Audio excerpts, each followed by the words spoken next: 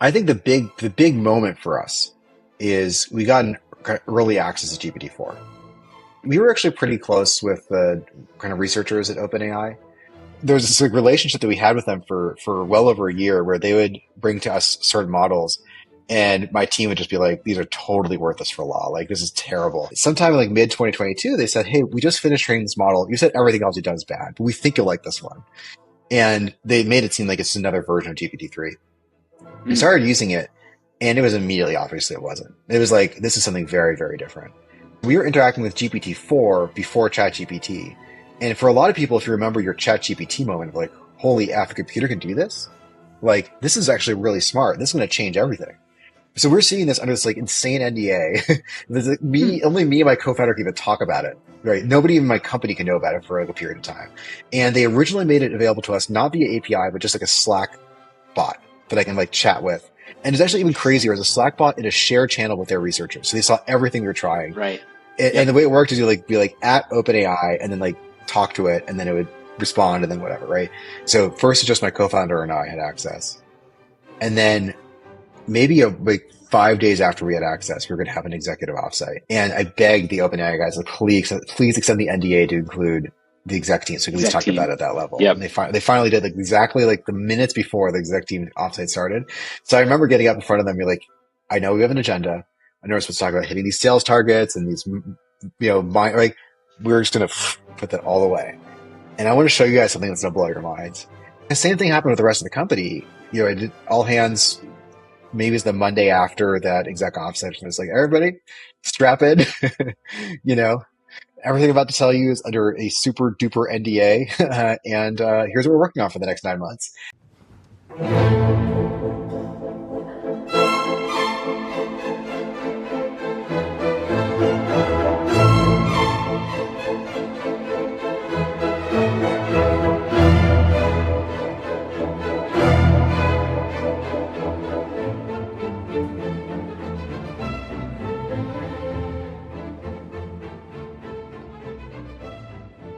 Welcome back to the Slow Hunch podcast, and I'm thrilled this episode to welcome Jake Heller to the conversation. Jake's the CEO and co-founder of Casetext. Casetext is a legal tech company that's been around for about a decade, that USV backed way back at the beginning, and Jake has been on a long journey to explore the intersection of the law, the legal practice, computers, and AI, culminating in the sale of the company a couple of years ago, a really early and timely exploration into how to integrate AI in a vertical fashion. So it's a great story. Jake is a really wonderful entrepreneur and someone I always enjoy talking to. So I hope you enjoy the conversation with Jake. Maybe first, if you could just introduce yourself, who are you, and what is the thing you've been working on? Sure. Hey, I'm Jake. I was until relatively recently the co-founder and CEO of a company called Casetext that focuses on primarily applying artificial intelligence to law, which I'm sure we'll get into. And about a year ago, my company was acquired by Thomson Reuters, where I'm their head of their AI kind of project called Co-Counsel. I think Casetext was one of the first legal tech startups to really embrace AI and bring it to market, and then be recognized for doing that in the form of this acquisition. And of course, there's a whole future ahead there. I've always been interested in your background because you're both a lawyer and a computer programmer. So maybe we could go like all the way back, like what got you interested in programming? What got you interested in law? Which was first? Like, where did it all come from? So I grew up in Silicon Valley, and my dad, like, I was really lucky to have like grew up where I was and have the parents that I did. My dad is kind of a guy who jumped around a lot of different jobs, but he was in Silicon Valley in the early 90s. And he was like, I think this internet thing is going to be a big deal.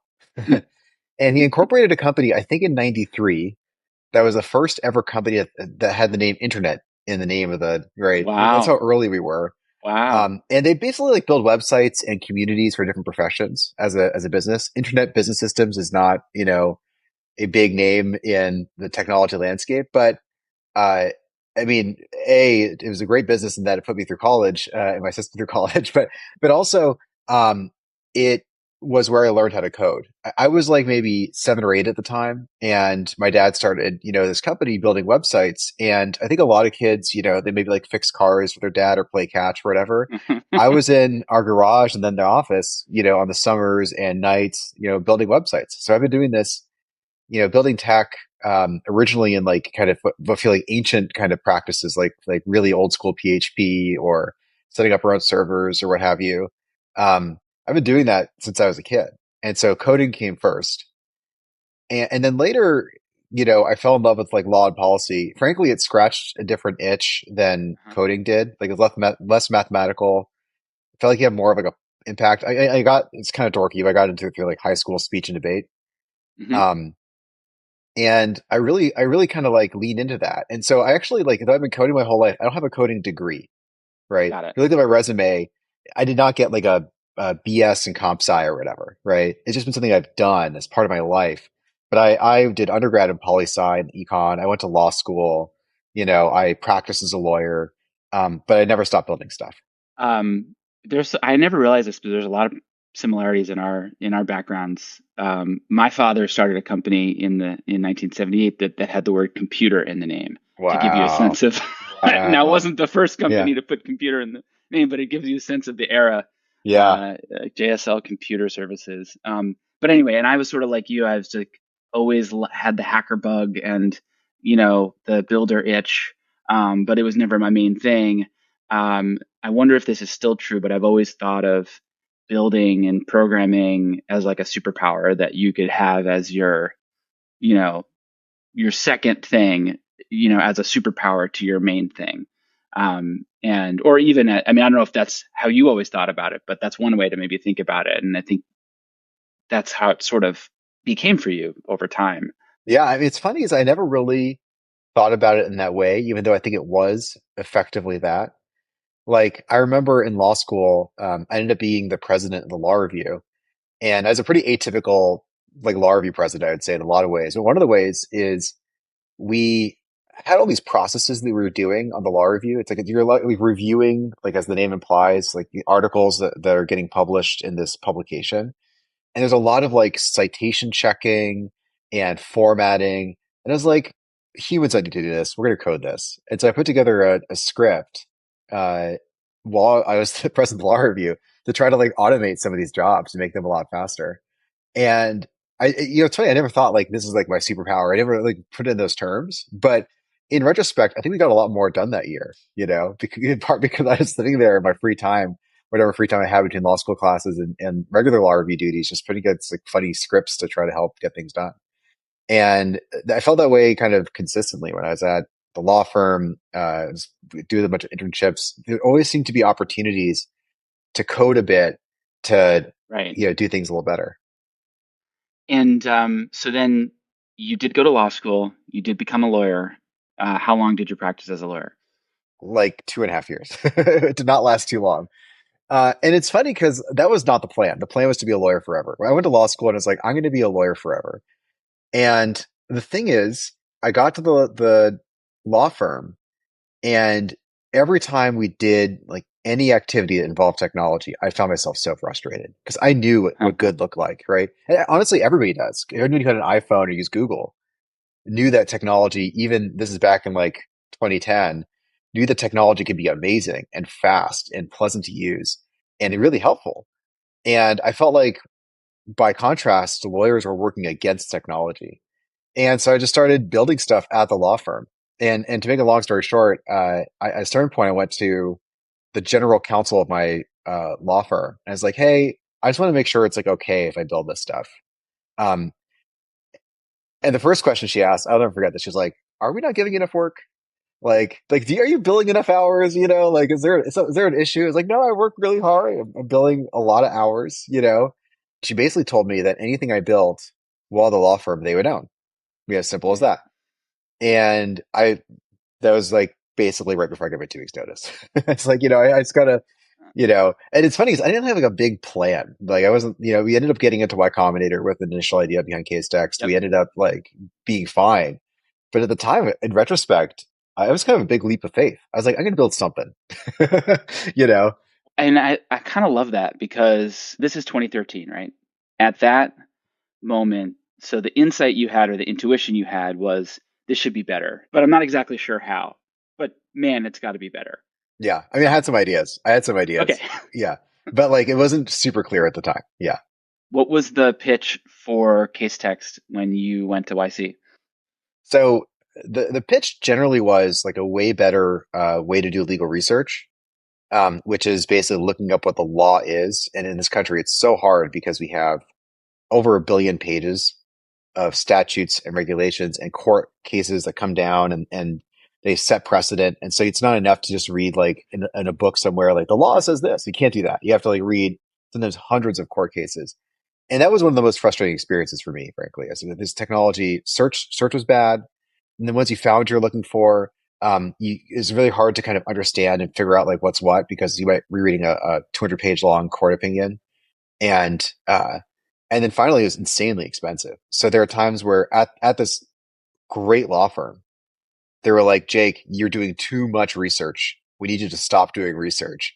Because it was too expensive. You were just running up bills on these per query or whatever. So the idea was like, we're going to do this, first of all, by applying way better technology for things like search. We're going to take some of the problems of like what to read and reinvent the UI around it. But most substantially, we looked at the expense side. And what we saw is like that these big companies, which I'm now a part of, hires literally thousands of people to annotate and mark up and add information to the law. And we're like, well, what if we can do this instead through a community-based approach? Right? Stack Overflow is a huge success at the Right. time, still is. GitHub was an inspiration. Wikipedia was an inspiration. And we're like, well, if it works in these communities, why not law? And short answer is, by the way, did not work in law. you know, uh, Lawyers are not like coders or Wikipedia editors, or it did not work. But we gave it a real college try and that was the original pitch. Is like, what if we can, on the one hand, have better tech and have a better experience, but on the other hand, have a cheaper, more affordable product, Right. more accessible product, and actually have a free tier, which none of our competitors did. Because we're attracting this group of people to annotate and mark up and do all the work that the paid editors do at the big companies, but do it for different kind of incentives as part of a community-based system. Uh, and that was the original idea. And you launched Casetext on that idea and built it for quite a while on that idea, right? I mean, Yeah, this was for years. 2013, 14, 15, Yeah. longer. Yeah. Probably around 15, 16 is when we finally threw in the towel on that specific version of of the product. Yeah. What was the thing that made you realize it was time to throw in the towel, and why did it take so long? Well, I can answer the second question first. That's easier. I'm a stubborn MFer. And, you know, like, and, uh, that is sometimes a great strength and sometimes a great weakness. And you see both, and I think in that case, it's probably weakness. There are probably signs earlier on um, that I should have been reading that there are bigger opportunities elsewhere.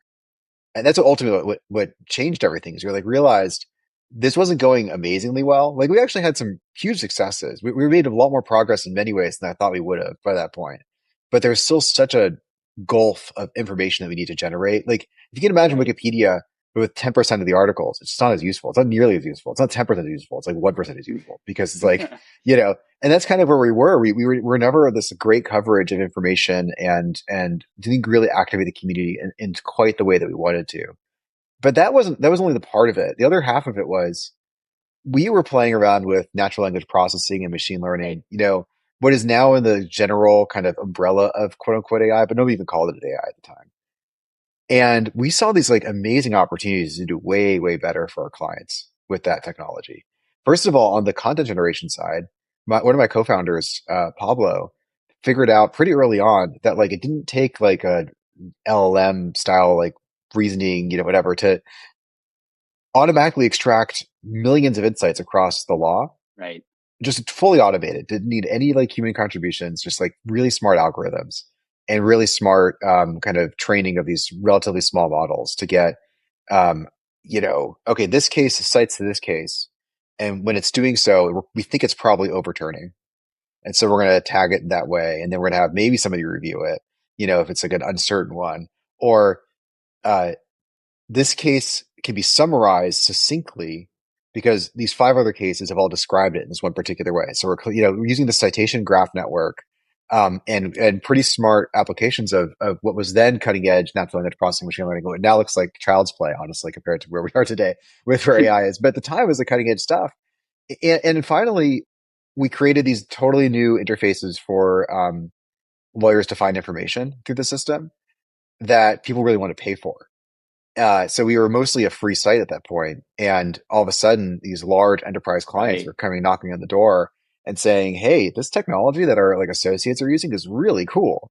Like, can we get enterprise-wide access for it?" We had not sold a thing in our lives. We're like, "What is that?" You And know? for that first hold, what was it, 3 or 4 years? It Yeah, was the idea was to be Stack Overflow for law yeah, without selling it and really selling it on an enterprise basis into yeah, law. And it sounds like two things sort of happened. One was that you started looking at the tech side, not just the crowdsourcing side, but also the market kind of came to you to yeah, start. yeah. To a large degree, yes, yeah. We got pulled into this direction, and I think basically starting around 2015, 2016, the first kind of big call it a pivot. It's interesting to like how do you define a pivot. We're still focused on the same market and the same customer. They're building basically the same technology, but we pivoted off of the community sourcing, crowdsourcing part of the business, and we kind of faded that out and focused a lot more on the artificial intelligence side. And I think that we were really one of the first handful of companies to be in a serious way applying artificial intelligence to the law, and maybe the only one that still kind of exists that was in business in that era. We had a hunch pretty early as like 2015, 2016, that like AI is going to make a major impact on the law. And we kept on seeing such promising things even when we were doing it. And so we started putting more and more of our, pushing more of our chips into that kind of bet. And for like a solid 8 years after that, it felt like we were just wrong. Like, things just were not developing at quite the pace that we were hoping for. We had this, vision of like what an AI assisted legal practice could look like. And to our credit, I think we called it pretty right. But like, there's that saying, around Silicon Valley, like being early is the same as being wrong, and it felt like we were just wrong that whole time. Like, just like, we had a lot of skepticism, basically up until 2022, 2023, that like AI was really going to make that much of an impact on the law. Just to put that in sort of startup years, 2016 to 2022, that's, or even 2015, it's like 7 years. That's like many lifetimes. If I and my co-founders weren't so damn stubborn, and also, I mean, to be fair, also we're pretty convicted, right? We have a lot of conviction around this, and that kept us going through a lot of frankly pretty difficult moments, because it was not like an up and to the right all the time 7 years. We were Right. always making progress, always making more revenue one day, the day before, always moving in the right direction. But it was never like one of those like takeoff moments where everything was going swimmingly well until the Right. very end, basically. I was chatting this morning with my partner John Buttrick, who was on the board of Casetext during that whole time, and I was asking him for his reflections on, you know, the project and your time there, and what he said was that you're an incredibly resilient leader. I think Um, resilience is a polite way of saying stubborn. uh, we were lean and mean. We were able to get a lot done with a few people, and we're lucky. I mean, like there are just enough people, and I think you'll find this when you're hiring for startups. I think hiring for startups is just fundamentally different than hiring for huge companies. With huge companies, mhm, you need to add like 1,000 people this year. Are they how are you going to do that? You have to like, but like with a startup, you're like trying to find four great people at the very beginning or something like right, that, and then 12, and then like 17, and when you have that, you can find people who are just super passionate about exactly what you're working on. You don't need to win over the world. You need to get like Dave and Jane.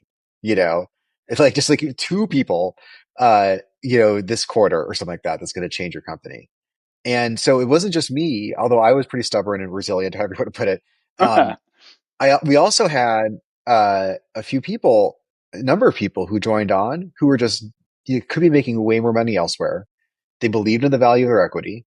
They believed in what we are doing, and they believed in the kind of social impact we'd have as well, right? They really cared about this stuff, and kind of were able to join us along that mission and stayed. I mean, we were celebrating some people's 10-year anniversary Wow. and the business has only been around for about 10 years, right? So a lot of the folks that we have with us are in this from the very beginning, and just really stuck through it all. Not everyone, obviously, but a lot of folks, they stuck through it all because they really cared. When I was talking to John earlier today, he said one other thing about you, which is one of the great things about you as a leader is that you have this inquisitive disposition. My instinct is that this itch that you had about, machine learning and AI might matter, I think caused you to keep exploring what's possible there. And my guess is as you were hiring teammates during that time, there was something along that path that kept everyone interested and kept everyone curious. Because I know at some point you had been implementing sort of rudimentary ML, and then you read one of the papers, right? It might Yeah. have been the BERT paper or a different paper. I can't remember which one it was that like showed you that something bigger might be there. And I feel like that only happens if you're in the position to be learning and to be taking in new ideas and new opportunities. Yeah, I tried to be very inquisitive. And also, the other thing that's really hard to do when you're a leader is to be brutally honest about what you're learning and what's working, what's not working. And that I was Mm-hmm. not a perfect on. But if you combine those two, for any leader who might be listening here, if you can figure a way to combine genuine curiosity and passion with also kind of brutal honesty about what you're learning and applying it kind of day to day, Huh. week to week, month to month, whatever, then I think you will eventually get to the right place, even if you're not there at the beginning, because the curiosity will help you dig and learn and figure out what's going on, and then being brutally honest will help you understand. And I think the thing that a lot of founders fall into, and I felt definitely found this many times, is you kind of fall in love with your own ideas or fall in love with these new ideas, um, and maybe in part because you're curious, you're like, oh, I'm really going to dig down to this avenue further. But if you combine that with brutal honesty, then you will explore a lot of things, find a lot of them don't work, move off Mm-hmm. fast enough to survive, to find the thing that does work. And to your point, like one big moment for us was generally switching to focus on ML, Yep. and natural language processing. The second big jump for us was focusing on large language models. And they're like, one thing that happens when things are working well, I think, is you start hiring people that match your um, the kind of values that you have, and you kind of put out in the world, here's what we're focused on, here's what we care about. Right. We got really lucky to hire a few people around that era, right when large language models are coming out, who are exactly that type of personality. I can't take any credit for finding out about large language models. That's one of the guys, Java Quadradine, who you hired, still with us. Actually was recruited away to Facebook for like a year and a half, and we pulled him back because he's that good. We're just like, all right, whatever it takes, and kind of get this guy back in our company. um, he was the one who originally was like reading these papers and was like, I think there's something really big here. The funny thing is, at the time, is like we didn't see the ability for these AIs to be generative that well, anyways. Like, at least I didn't see that, and they weren't that great at it. Like, it's kind of a joke, like kind of like a for fun. Oh, it's look at this cool. It's like almost like well, this monkey could talk. You're like, oh wow, what a neat circus trick or something. It could say words. That's kind of fun, but it didn't say anything that made sense. And GPT-3 was also like, okay, maybe for marketing copy, but even before all of that, like this is way before GPT-2 and GPT-3. Um, Java was like, I think we use this to make search really amazing, and we're able to come out with these products where like people just describe the vibe of what they're looking for from like legal Interesting. cases, like just in natural language, and boom, they get the right result. It'd be things like, you know, um, we had this example where somebody was like looking for cases where uh, Uber drivers are, whether they're like employees or contractors and under California law, Yep. and the AI, based on this like technology, would come up with all these like examples, these analogous examples from like, okay, well, it's not exactly Uber, but here's a case where a airport shuttle company you know, got into a similar kind of lawsuit. Here's how that went down. Here's a case where, berry pickers in this area, but were being like driven by this service. Like it found it's like really, and that's what you're looking for. You're a lawyer. You're looking for these analogous cases, and keyword searches would miss all this stuff. You search for ride And sharing, you and miss the airport shuttle. And so like this is amazing technology came out of even this early days of large language models and applying it to make search better. And it was just kind of like better and better and better from there. and around what time was that? This is like 2018, I want to say. Like, I think the BERT paper or attention's all you need. I think came. I may get my timeline a little messed up, so this might be embarrassing. But I think it's like that paper came out like mid to late 2017, I want to say. And I think we were like all in by 2018, like early 2018. Um, that's amazing. And there was something you could use then at that time. Yeah. Pre GPT, even pre GPT two. I think it is before GPT-2. Yeah. At the time, it was called vector-based search, and now it's called embedding search. And I actually don't. Hmm. I'm not tech. I'm pretty technical. I honestly don't know if that's just a branding thing or if there's like a significant difference between those two things. But like, because I think you're embedding the vectors or what have you. But anyway, one of the areas we really pioneered is like, okay, well, we want to be able to do this search, and we want to do it against the whole law. And this is gonna be a little nerdy and technical, but like, when a lot of people talk about these like, embeddings based search engines, what they really do is they do a regular keyword search over, say, like the first million documents and narrow it down to like 1,000, and then re-rank those 1,000 based on the Right, embeddings, which is basically like taking language and turning it into concepts, right? So they have a conceptual search along right, that like that. But what we found time and time again is like the keywords actually eliminated a lot of the most important stuff and also brought to the top a bunch of stuff that was not that important. So by the time you're like re-ranking that top 100 to 1,000, you've already lost the battle.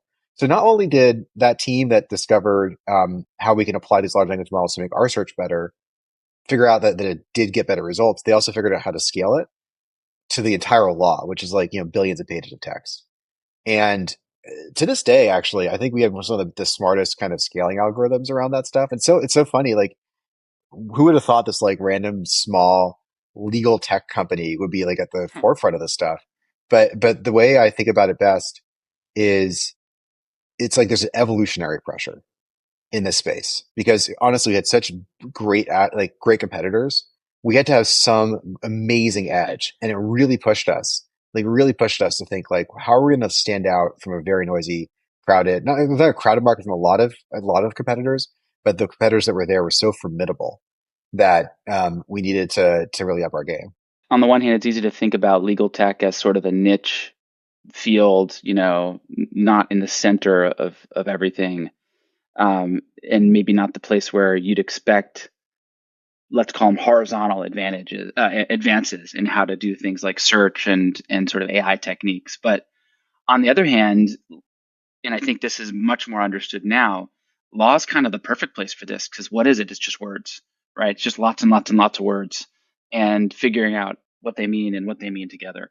Oh yeah, I mean, it's funny because I was going to focus on law because I cared about law, and so I was going to do that. But in retrospect, you could not have been in a better place for this revolution in large language models. And it's literally language is in the name, right? So, and we're just now, like literally today, getting to a place where these models are getting increasingly multimodal. And I think Yep, that's going to have huge impacts, frankly, in law because you have all these situations where, you're reviewing the scene of the crime or the video footage of the break-in or the whatever, right? That stuff matters. Even just like watching a video of somebody being deposed and watching their demeanor is different than the transcript. So I'm actually really excited about these like advances in having these totally. AIs be able to read and see and listen and watch. That's going to be a big deal. Bigger deals probably, but I'd say like 80 to 90% of the work happened in law at like the GPT-4 moment, essentially. Right. When these things got really, really, really good at language. Just to round out the story of case text and the journey. So it was 2018 or so where you're like starting to apply more really early LLM stuff. That's still 4 or 5 years before talk of all this went mainstream. Like at that time, you're starting to input it into the product. Like what was the impact on the business? Like, you know, and what did it feel like at that time? So during that period of time, again, it's funny. I guess the global comment I'll make is I think we went through true product market fit towards the very end, right before we were acquired. Late 2022, early 2023. We'll get into that story, I'm sure, in just a second. But what like I didn't appreciate until I lived through it is what real product market fit felt like. So at the Mm, time between 2018 and 2022, call it, we were growing. We had customers who loved us. We, were on the path to profitability. We were winning out and sometimes in deals against larger competitors. It felt like product market fit. And in fact, there are times where we would and over the course, I mean, pretty good retention. We had a large SMB kind of segment of those guys are always hard to retain, but generally speaking, we felt pretty good about the business. And I was like, oh, this must be what product market fit feels like. And what I know in retrospect is not. Like look, it's not like it's an on off switch or like you're either pregnant or you're not, right? It's not like either product market fit or you don't. It is more of a spectrum. So we're somewhere on the spectrum of product market fit. Right. But uh, what I would wish I knew going into it is what real product market fit feels like. And what I advise any founders who are like going through this right now is like, do not stop until you get to real product market fit. Ooh. That you're like, and I will say like the easiest kind of like way to talk about what real product market fit feels like, by the way, kind of contrasting with what it felt like before, is like before you're fighting your way into deals. Real product Yep. market fit, you're being pulled into deals, Yep. right? Because the market is looking actively for the thing that you're creating. And like there's nobody else out there. It's just you or you do it the best. And so they're just pulling you into deals, right?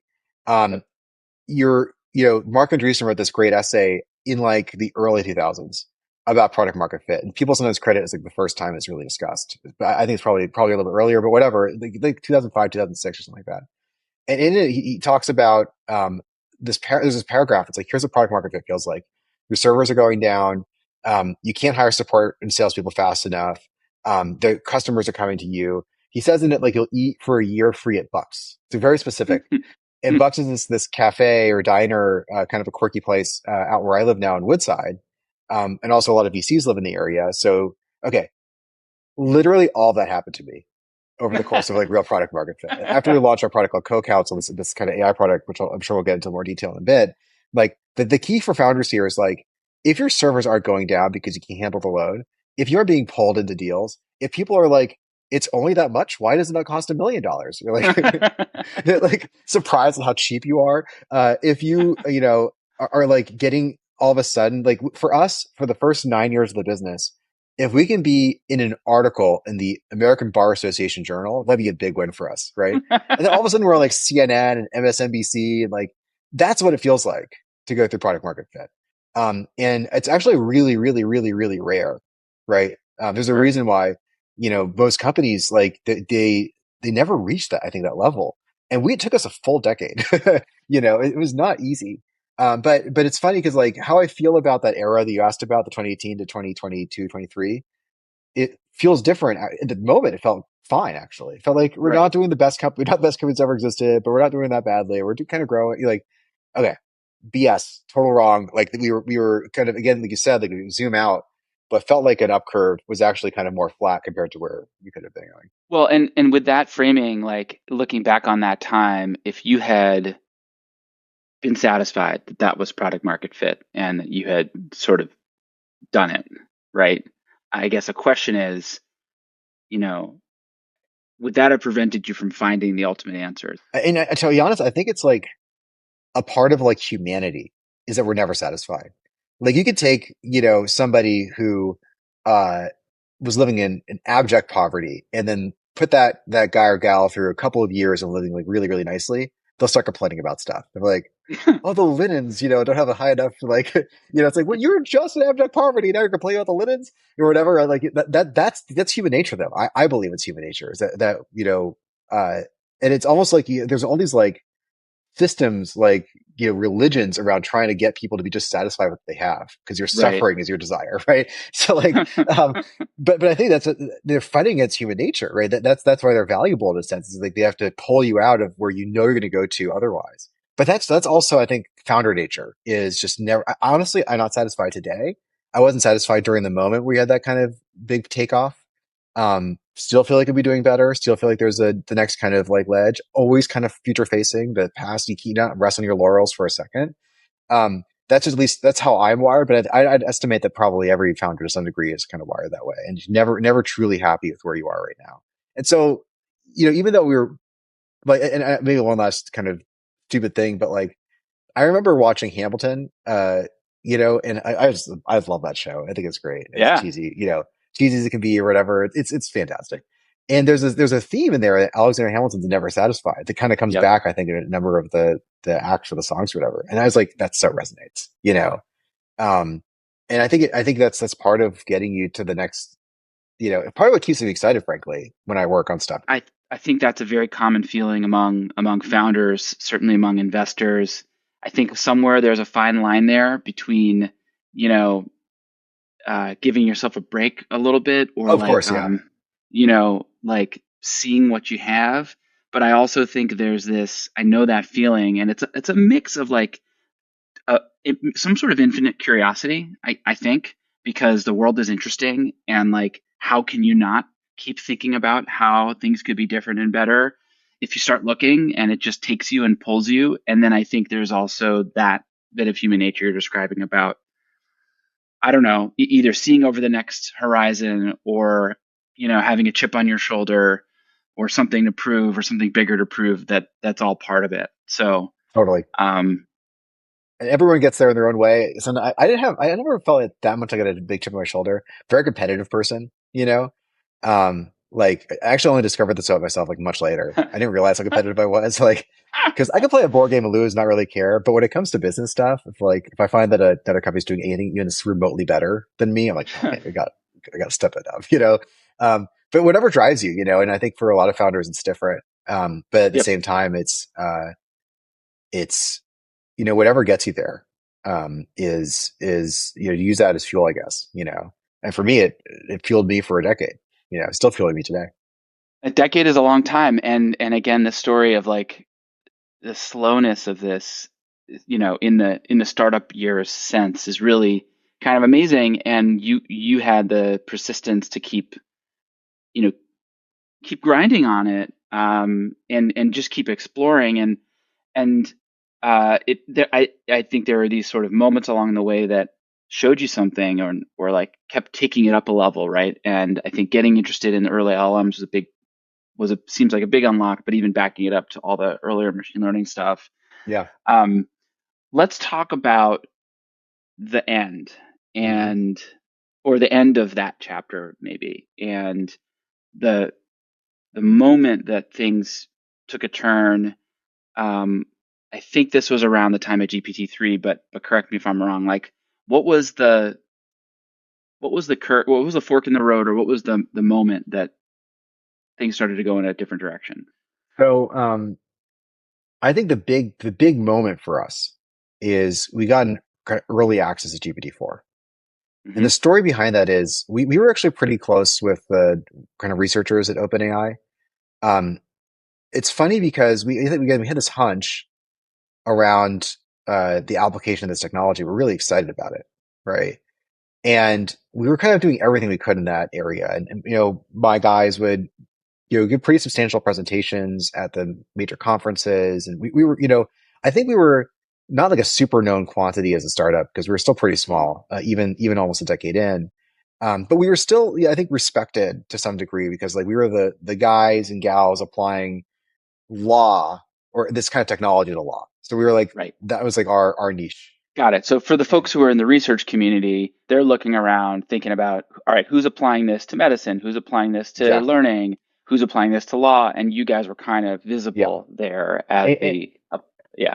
and we also, I mean, there's a kind of luck too. Like a former VP of engineering, who's the part of the company and a number of jobs, just joined OpenAI also right around where they're like working on GPT-4.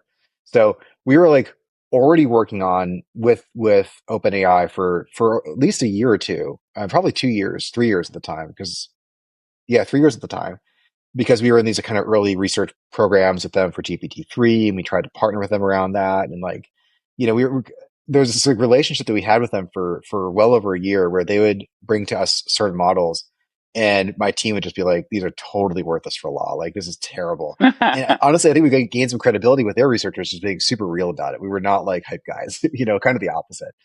Okay. So all these things are kind of coming together, so that sometime in like mid 2022, they said, "Hey, we just finished training this model. You said everything else you've done is bad, but we think you'll like this one." And they made it seem like it's another version of GPT-3. We Mm. started using it, and it was immediately obviously it wasn't. It was like, this is something very, very different. And first of all, to try to get yourself in this mindset, we were using this thing, playing with this thing. I remember the original demo, like seeing it interact and work, um, before ChatGPT had come out. Right. So we were interacting with GPT-4 before ChatGPT. And for a lot of people, if you remember your ChatGPT moment of like, holy F, a computer can do this, like this is actually really smart. This is going to change everything. So we're seeing this under this like insane NDA. There's like Hmm. only me and my co-founder can even talk about it, right? Nobody in my company can know about it for like a period of time. And we're using this like insane technology. And they originally made it available to us, not via API, but just like a Slack bot that I can like chat with. And it's actually even crazier. It's a Slack bot in a shared channel with their researchers. So they saw everything you're trying. Right. And Yep. the way it worked is you like be like at OpenAI and then like talk to it and then it would respond and then whatever, right? Um, and so we started using this thing and we were just completely blown away. And there are a lot of these like tests that we developed over the years of like, we'll know if it's real AI or not if X, Y, or Z. And it nailed every single one of them. You know, I mean, that's the funny thing about this moment, even like a couple of years out, is like we had to reinvent our evaluations because we were apparently setting the bar too low. You know, this may sound like so silly, but it's like our kind of almost our Turing test. There's this one now since passed Supreme Court Justice Scalia, kind of conservative, very conservative, but also very like funny writer. Uses a lot of sarcasm, and we're like, we'll know if we're seeing AI if we can tell when Justice Scalia is being sarcastic. And we Hmm. had all these like examples, like maybe a dozen examples, and ran them through, and it nailed every single one of them. And the explanations were also like on the again, this is kind of old news for anybody who's used ChatGPT at this point. But we're seeing this model be, you know, having never seen an AI do anything other than like sentiment analysis or like, you know, make search better or whatever. All of a sudden, it's like, well, I don't think Justice Scalia really thinks that golf is the most pressing issue facing America today. And so, you know, I therefore think he's being sarcastic when he says that, you know, about the Supreme Court case that he's evaluating. Um, like really just absolutely blown away. And so we, you know, that began, we saw use cases for it kind of overnight. And really, honestly, the unlock for us, and I think for many other companies, was that it got answers right about the same rate as humans do. You Got it. know, uh, and that's obviously like mind blowing, right? Like all of a sudden you have this technology that get answers right Yeah. about the same rate that the humans do. And interesting timing wise is you were seeing GPT-4 before the rest of the world was seeing GPT-3, which is also kind of mind blowing. So having seen that, it caused you to make some pretty big changes in the product, like right away, right? So what was that like? Within 2 weeks of seeing the product, we were announcing to the whole company Huh. that everybody's going to stop work on what they're doing right now, and they're going to be working on a new product based around this technology.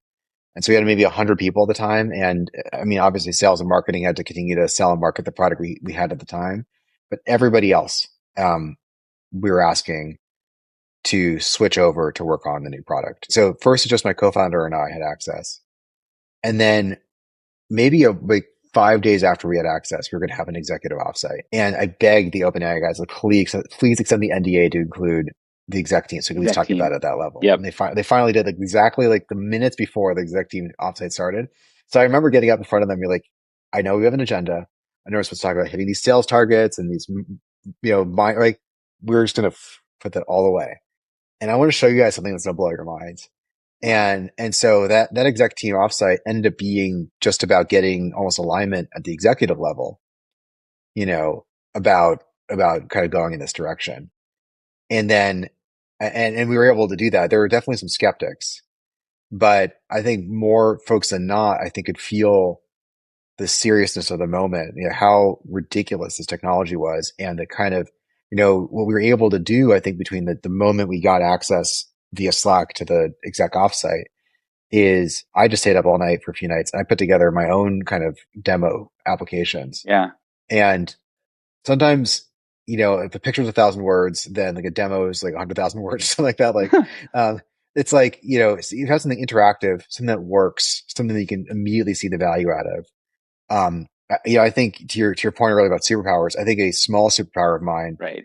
and sometimes a major distraction, again, it's both pluses and Yeah. minuses, is I'm able to put together something, you know, using just basic JavaScript and HTML Right. and some API calls or whatever that really works. It's not production ready, but it's something that I can get a conversation around and it can really help move the company forward at the right moments. I Um, know a bunch of founders who also write code, and it's always a dangerous line a little bit of how much time you're going to spend doing that. But I do think in these, I've seen it on multiple occasions, these key moments of like there's something big here and I just need to freaking show you. So I'm just going to Yes. do it. Yeah. So pull it And on later, yeah, see you tomorrow morning, and we're going to talk about it, yeah, and then the conversation's very different when they can, it's not a concept anymore. It's right. something even like tangible. And so it's like the same thing happened with the rest of the company. I did all hands, maybe it's the Monday after that exec offsite. I remember the exact timeline, but it's something on thereabouts. And all hands, everybody came in, expecting the normal all hands stuff. It's like, everybody strap in, you know, everything I'm about to tell you is under a super duper NDA. And here's what we're working on for the next 9 months. A mistake that I make, and I think other founders sometimes make, is you expect everybody to kind of go along. They're Mm, like, this is because you're like, this is obviously amazing. You're like, this hmm, technology, for example, is obviously amazing. I can't imagine. And actually, a lot of folks were pretty at first. I mean, first of all, they've been with the company for 5, 6, 7, 8, 9, whatever years. They've seen us do at that point kind of at least one, if not two major feeling like pivots. I'm like, here we go again. I think, you have to think about your credibility with your team, right? And it took actually some time for the whole company to really be like, are we really doing the right thing? Like I could sense that, like people are yep, like really kind of skeptical. And what changed basically everybody's mind is we were allowed to kind of expand the secrecy, veil of secrecy to a few clients.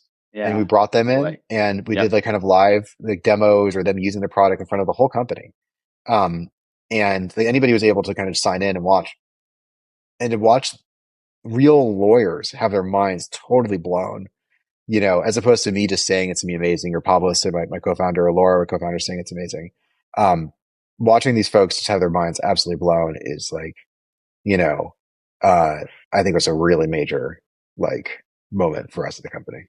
right, right. And just the general idea of how to bring your company through big moments of change, Yeah, and the larger the company is, probably the harder it is to do that. But yeah, even with a smaller team, I don't know how big Casetext was at that point. like, Maybe, between 100 120, like, so we're right, relatively small, right, you but know. still big enough that you had to work through multiple Oh yeah, layers and oh yeah, right corners, and especially after a long period of changes, and it's reasonable that there would be skepticism, and as there is always when big changes are introduced. that's right, um, that's right. It could be the best idea in the world, and you see this with your own employees. You probably also see it in the market you're selling into, right. at least in law. Law was like the last professions, industries, whatever, to adopt the telephone and to adopt email, right? So the idea that we're going to like be like really fast at adopting some new like AI tech was like, it ended up being really, really fast, which is again a kind of interesting kind of market insight as to how you see these dynamics shift sometimes overnight. But um, and then you have a bunch of my employees are former lawyers, so they bring with them that kind of conservatism, Sure. right? So you're sometimes in markets or with your employers, you're dealing with these challenges, and you just really need to bring people along. I mean, there were also a bunch of real concerns, thinking back, right? Once everybody started playing with ChatGPT, of course, everyone starts to try to get it to say weird things, and make outlandish statements, or say things that aren't true. And there's this whole thing about hallucinations and so on and so forth. So to also be trying to implement that same technology in a sector where it has to be right, Yeah, is a challenge. So I think that's probably an interesting story of how you're able to figure that out and convince customers that it was you know working, and yeah, also yeah. convince the team that it was even possible to do that. I think what we realized really early on, and actually it's fascinating because I feel like even today, more than 2 years after we first saw GPT-4, the models have improved substantially, and I still think the general feeling is not that you can take these models and make them highly reliable. Are they 100% right all the time? Can you build Right. enough guardrails and prompt it well enough and, et cetera, et cetera, et cetera, to get 100% right? No, you cannot. Um, Nor can you a human. So if you're asking to do human level tasks, and it's right in extreme amount of times and you build it well, you can get it to, as far as we can tell, for the tasks that we let it do. And obviously it can't do some like higher level, really important legal tasks. We're not claiming that. But for the kind of tasks we can give it to do, we feel very comfortable saying it is working at about a human level of quality and superhuman speeds. And I think the key there was we saw this technology. And first of all, it was actually kind of beautiful because we weren't like poisoned by the chatter about it because we didn't know anybody who was using it. It Right, was just right. all us Oh, good internally. point. Yeah. Good Yep. point. So all the talk about hallucination and all these other things and all the hype and all the noise, you were operating in an absence of that because it Totally. hadn't Yeah. happened For yet. at least for a few months. And then when GPT 3.5 came out and ChatGPT were like, well, that's a different model. So like, you Uh-huh. know, Uh, and so like we we just took it as an engineering challenge first and foremost. We're like, okay, well, we have these AIs. They could obviously do this incredible stuff. It knows when Scalia is being sarcastic. It knows and give it like 20 pages of text to read, and it can nail exactly what this contract says about this problem, this problem. This, like, we know it's doing really, really good stuff. We passed again all of our evals. It wasn't perfect, but it did really, really well in our kind of like early, relatively, we have much more formal evals, but at the time, like a relatively informal evals was really impressing us. And then we're like, okay, well, we also see it making up shit sometimes, hmm you know? And it's like not being accurate about what's in the documents. So what do we do about that? And like, let's try prompt engineering. Let's try models to check on the model's output and hmm to correct its path. Let's try making it cite to its sources and at least give the humans hmm when they're reviewing it, their own ability to kind of check the sources. Let's try having the AI check the sources that it's cited to make sure it says everything it says hmm it said. You know, let's try a process that may be a lot slower but a lot more accurate because it's kind of taking things in smaller bits. Let's try. We There's probably 100 different things behind the scenes. I mean, none of them are silver bullets. But like by the time if you imagine like some pollutant trying to get through a filter, like polluted water to get through a Right. filter, by the time it's going to caught here, here, here, here, here, here, here, the answer is so unpolluted, that again, it's not perfect, but it's really, really, really, really good. But that was for us like just 9 months because honestly, it's you're within a week you can put together a demo based on this stuff, Right. right? And then it's like 9 months pre-release, and then the last 2 years post kind of public release of GPT-4 in our product has just been like refinement, refinement, refinement, refinement, and just treat it like engineering challenges. And if you treat it that way, you can go really, really far. You see GPT-4 in Slack, you immediately reorient the company around it. You spend 9 months basically building a brand new product that takes advantage of it. And then what? We went into that situation about as lucky as you possibly can. So because we'd been around for a decade already, we had 10,000 customers, hmm right? Most of them very small law firms, but also hundreds of medium-sized and large law firms. And so the very first thing we're able to do when we're able to publicly talk about a product is go to all of our existing customers and, you know, you know, probably unsurprisingly, they're like, this is amazing. And so, and by the way, our average cost per seat was like $100 per month, right?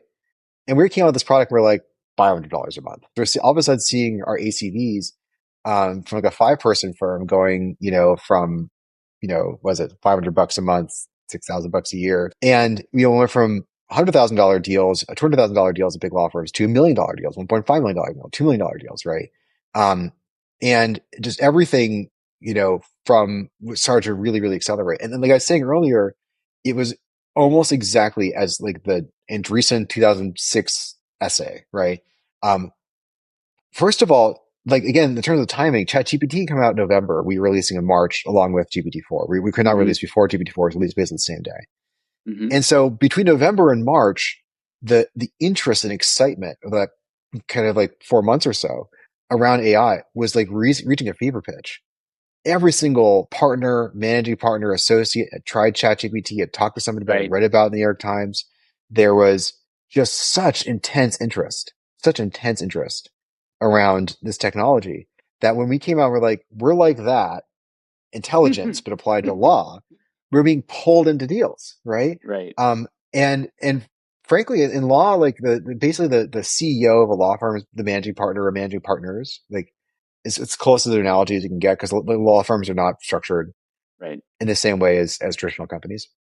And all of a sudden we were talking to like, we used to talk to like the associates, sometimes the partner, sometimes like the chief information officer and the Right. chief knowledge officer. Now the managing partner is like calling me on my cell phone, like, Jake, how fast do you come to our partner retreat in Boston this year? I got to talk to you. Like, it's very, very different, and like I was saying earlier, all of a sudden being interviewed on CNN and MSNBC. We launched the product live on Morning Joe and MSNBC. We showed a live hmm demonstration of the product. The first time anybody ever saw it outside Casetext and a few beta testers. Um, to this day, we get phone calls saying, "I saw you on Morning Joe." I Wow. mean, I don't know how this happens really. They replay it or something, but like, "I saw you on Morning Joe. I'm interested in trying your product." Right? So like kind of success breeds success in a sense. Like we were Yeah. already doing something super interesting and impactful, and because of that, we got more opportunities. And because of that, we got more impact, right? Which gave us more opportunities. $15 million ARR business at the time or something like that, right? Right around there. And by the time, we had gone through like a month and a half or something like that, we're like at 20. It was like that, right? Like add another, took us 10 years to get to 15, like a month to add, like 5 weeks, just like that, to add another like $5 million in ARR. And, um, we were like, okay, we probably should fundraise because we don't have enough salespeople or support people to support this. We're about to spend a F ton um on GPT-4 like servers and so on. So we gotta like start fundraising. And during the fundraising process, the Thomson Reuters, the company who acquired us, found out that we were fundraising. And they're obviously, it's one of those moments where they're like, they as a company and their leadership, to their credit, saw the moment, saw how important it was, knew they had to deeply invest in it. Were like super kind of open eyed about whether they're going to build it, buy it, both, and they ended up doing both. Um, and and that's how those conversations began, like super early on to our like kind of upswing. Your moment of seeing GPT-4 in Slack was a little bit like their moment seeing Casetext, right? Yeah, Which is like yeah, a oh shit moment. Like here it is. yeah. I'm actually in some ways surprised to some degree that it hasn't even had an even bigger influence than I would have expected to by now. In general or on law or on law. I'd say both, to be honest. Like, and again, it's almost like people read on Twitter or hear in podcasts or whatever that this stuff hallucinates, has these problems, etc. Hmm. And they don't go through the hard work of being like, well, what if I tried to engineer solutions around that? I think prompt engineering is such a powerful tool that people don't take nearly as seriously enough. They kind of go based on their vibes about whether or not like this seems like a good thing to say, and then the AI kind of messes up, and they're not critical of their own work enough to be like, well, I kind of told you that though. Like I can kind of see where why it's making that mistake because I gave it pretty unclear instructions actually, or like even that basic level. That's just one of again dozens of things that we do to help ensure that we get the right answers right within co-counsel, and I think it's such a new and exciting field. There may be like dozens of other things that we didn't discover that are out there that, but people aren't. Unfortunately, I think there are obviously counterexamples to this of companies that are doing really, really, really well in all kinds of spaces. I don't want to say the whole industry is like doing nothing. There's great things in support, great things in law in our field. There are a lot of great competitors, great things in accounting, and TR just made an acquisition of this company called Materia, and they're doing fantastic work there. So it's happening, but not nearly as much. I basically expected it to be much more widespread, much more optimistic adoption of the technology, many more jobs fully transformed outside of law. um, that's what I was kind of expecting to see. And you were, 6 months ahead of really anybody else, in being able to think about it, which at that time was a lot. And so it is kind of interesting that more things haven't transformed so fully. We thought about that, like that the time advantage, right? And we're like, well, this is 6 months, it's nothing, right? And in reality, now looking back 2 years, we could have slowed down a bit. Honestly, we've been fine. you know, not an attitude I want everyone, any founder, to take away from this podcast or anything I ever say, right? But like, it turns out that it wasn't even about the 6 months. It was just it was honestly, I think for us, is about making that leap of faith with both feet, not looking back. And I think a lot of companies have been kind of half in, half out, or they're just too new to really make a big impact. You see a lot of new companies, they're fully in, but there's like four people, and we were in that sweet spot of having enough people to make the change, but go kind of all in, and Right? you don't You see could that burn the anymore. boats, but you weren't so far along that you were destroying a massive business by taking this leap of faith. Totally, yeah, You were sort of in this amazing spot. yeah. So Um, sweet spot for this exact moment. so there's this idea, the adjacent possible. What's possible today, given where we are? And we've been talking mostly about the story up to now. I'm curious how you feel about what's ahead.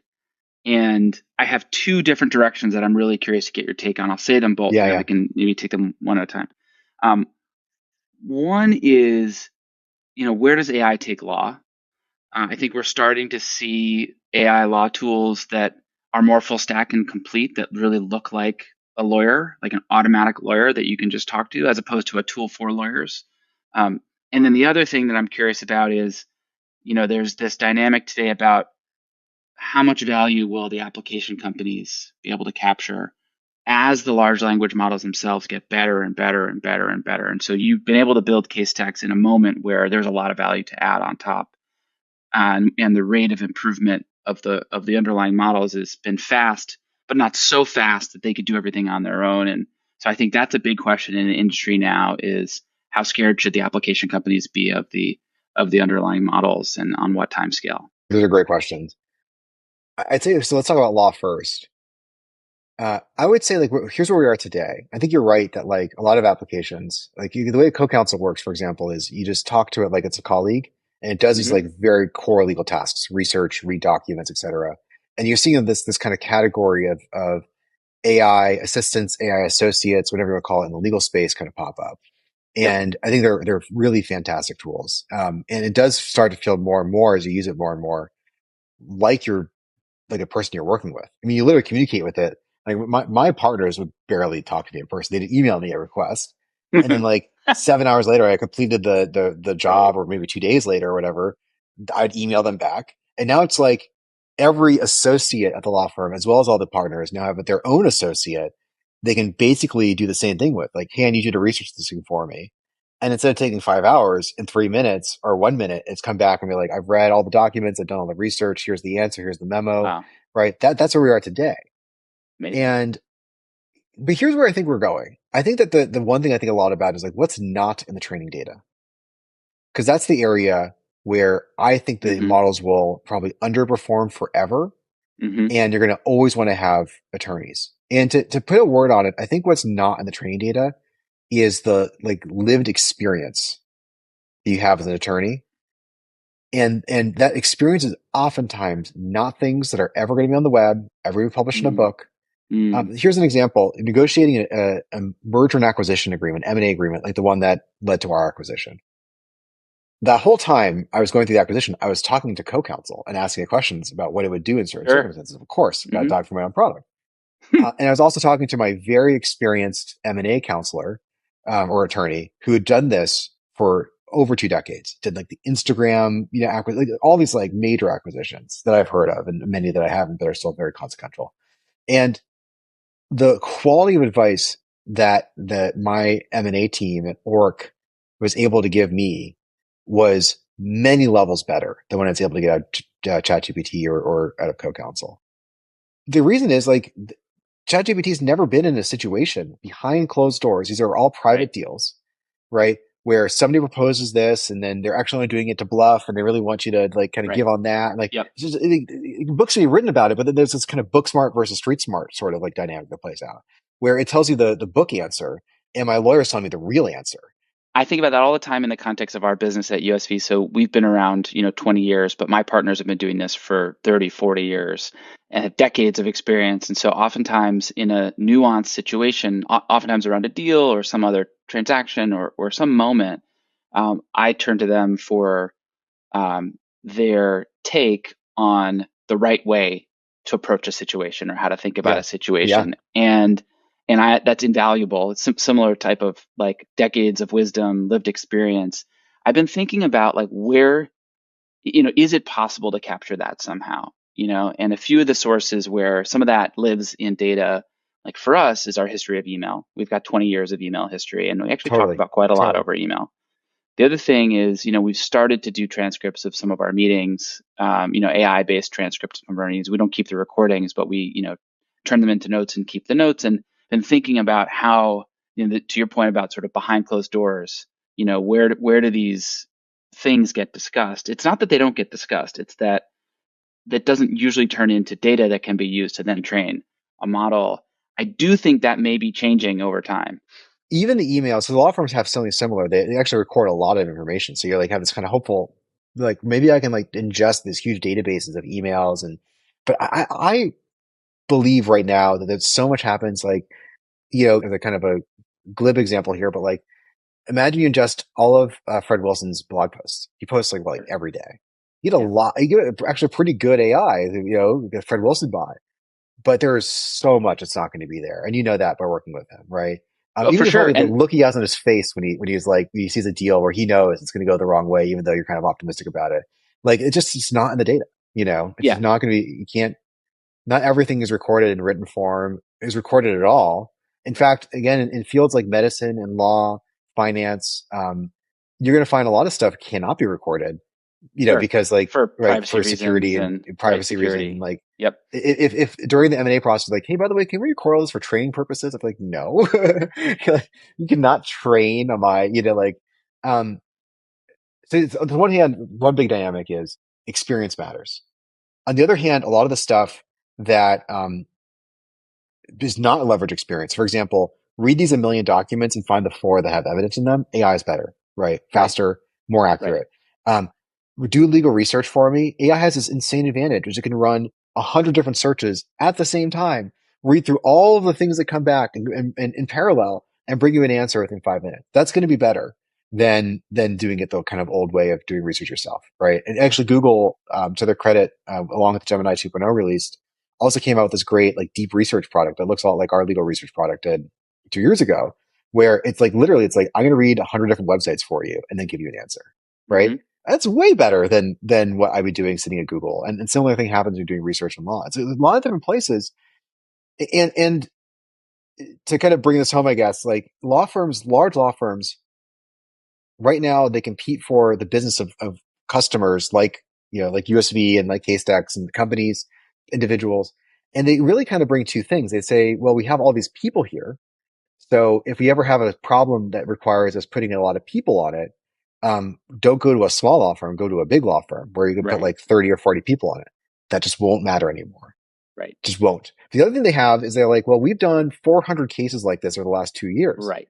and they're always going to have that over, say hiring your own internal inside lawyer. Okay, an employment matter comes up. Has that internal lawyer dealt with 400 employment lawsuits? No, the employment specialists at a firm like Fisher Phillips or Ogletree or whatever have done that, right?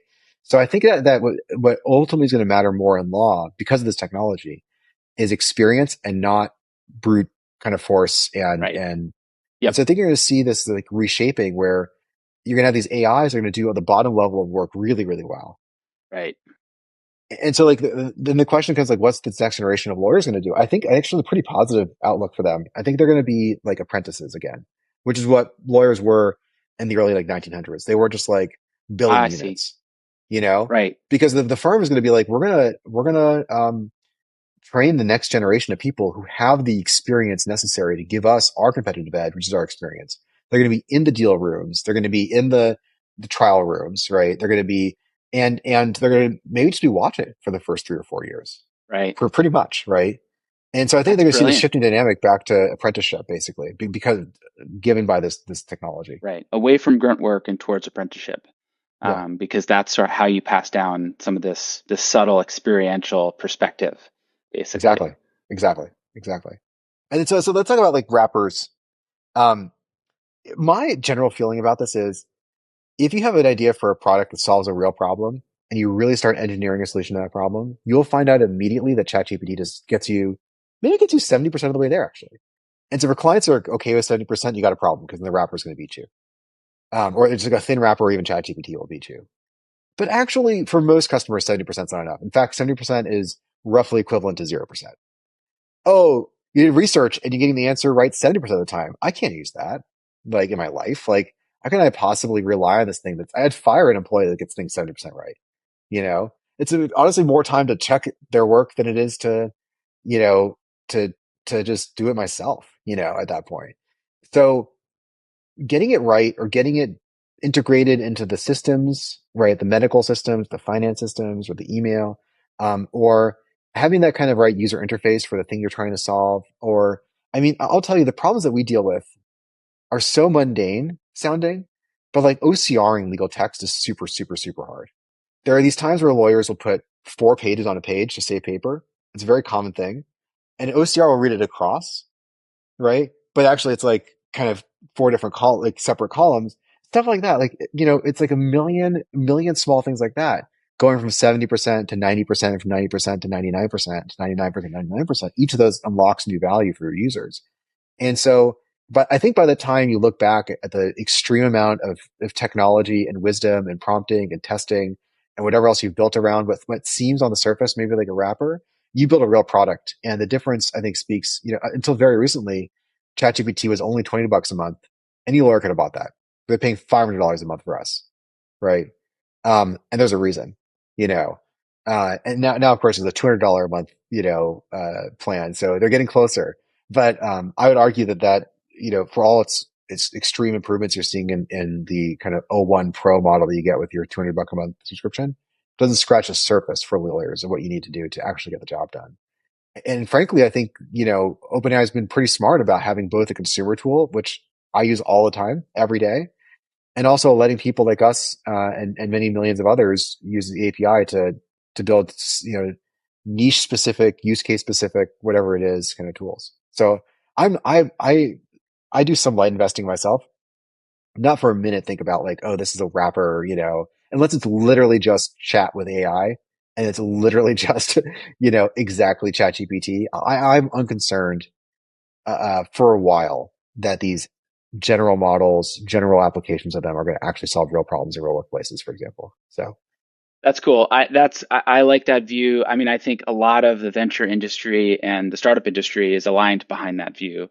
And I think the what to your point earlier about being surprised that maybe more things are not taking this superpower and bringing it to market in different categories.